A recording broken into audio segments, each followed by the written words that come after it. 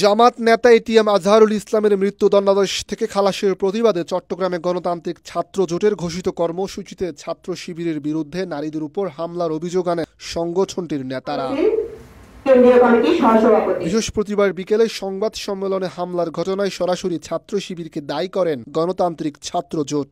এ সময় পুলিশের উপস্থিতিতে এই হামলার জন্য ক্ষুব্ধ প্রতিক্রিয়া ব্যক্ত করেন তারা। আমরা যখন প্রোগ্রামটা শুরু করি তখন সাথে সাথে আমাদের উপরে হামলা হয়।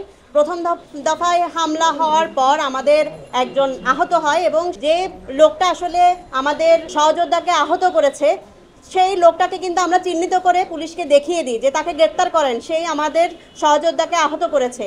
পুলিশ কিন্তু সেই জায়গায় কোনো ধরনের উদ্যোগ নেয়নি।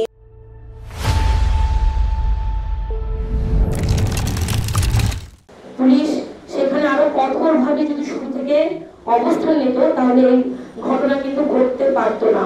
পুলিশ আমাদেরকে বলতেছিল যে আপনারা আগায় যান বা আপনারা মিটমাট করে ফেলেন, দুই পক্ষের মধ্যে ভুল বোঝাবুঝি বা ইত্যাদি হয়েছে, আপনারা সরে যান এখান থেকে। এবং তখন আমরা বারবার বলতেছিলাম যে আপনার সামনে এগুলো ঘটতেছে, আপনার সামনে আমার ভাই বোনদেরকে রক্তাক্ত করা হয়েছে, আপনারা এদেরকে গ্রেফতার করেন। কিন্তু তারা ওই সময় ইমিডিয়েটলি গ্রেফতারের প্রক্রিয়া যায় নাই বা আরও ফোর্স এনে যে তারা আমাদেরকে সহায়তা করতে পারতো, আমাদের গণতান্ত্রিক প্রোগ্রামটাকে তারা যে রক্ষা করতে পারতো, সেই জায়গাতে তারা আসলে আগায় আসে নাই।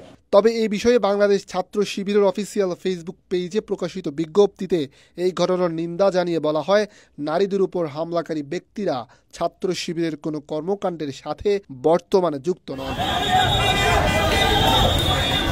এদিকে নারীদের উপর লাঠিসহ হামলা রক্তাক্ত করার ঘটনাকে নিন্দনীয় এবং অত্যন্ত দুঃখজনক বলছেন চট্টগ্রাম বৈষম্য বিরোধী ছাত্র আন্দোলনের এই মুখ্য সংগঠক। এ সময় তিনি প্রকৃত দোষীদের শাস্তির পাশাপাশি আহতদের আইনি পদক্ষেপে সকল ধরনের সহযোগিতার আশ্বাস দেন। এই বিষয় নিয়ে আমরা আসলে খুবই মর্মাহত। হামলা করাটা আসলে কোনো প্রতিবাদের ভাষা না। প্রতিশোধ পরায়ণ হলে আসলে আমরা নতুন বাংলাদেশে যে স্বপ্ন দেখি সে বাংলাদেশ আমরা তৈরি করতে পারবো না। কোনো নিরপরাধ ব্যক্তি যেন এখানে ফেসে না যায় এবং যারা অপরাধী এবং যারা হামলাকারী সুষ্ঠু তদন্তের মাধ্যমে তাদেরকে যেন আটক করা হয় এবং শাস্তির আওতায় আনা হয়।